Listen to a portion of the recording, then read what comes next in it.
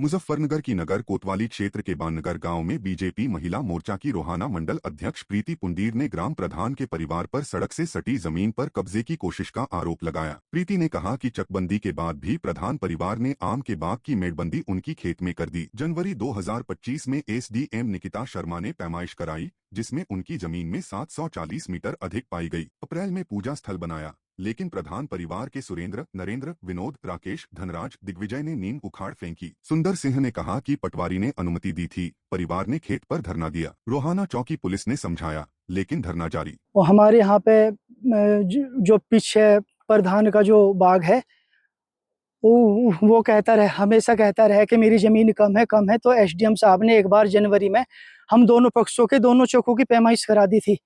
एक हमारा यहाँ पे और वहाँ पे है, उसके भी दूसरी जगह भी है। दोनों चौकों की पैमाइश होने के बाद हमारे चक में 400 मीटर जमीन कम पाई गई थी और उसके में 1700 मीटर जमीन ज़्यादा पाई गई थी।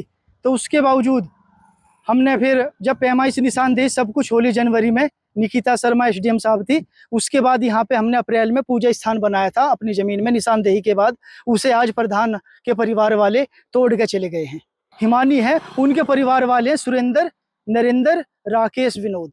उनका कहना है कि हमें यहाँ यो काली सड़क पे जो है, इसमें से हमें या तो हिस्सा दो, जमीन दो इसमें तो, और हमें अन्य हम ऐसे आपका पूजा स्थान तोड़ते रहेंगे।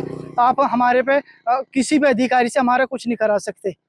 जी, हमारा ये खेत 100 साल से हमारा ही खेत है और अभी इस गांव में चकबंदी का कोई भी मैटर रहा नहीं है, वो सब समाप्त हो चुका है। एसडीएम साहब ने हमें ये खेत दे दिया है।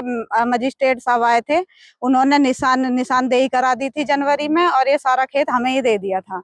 और ये भी कहा था कि अगर किसी की कम है तो धारा 24 में जाएं और वहां से अपनी पूरी करा लें। और जबकि इनके खेत में 1700 मीटर पहले से ही फालतू लिखी हुई है, तो ये धारा 24 में तो जाते नहीं है और हमारे खेत में नुकसान करते हैं।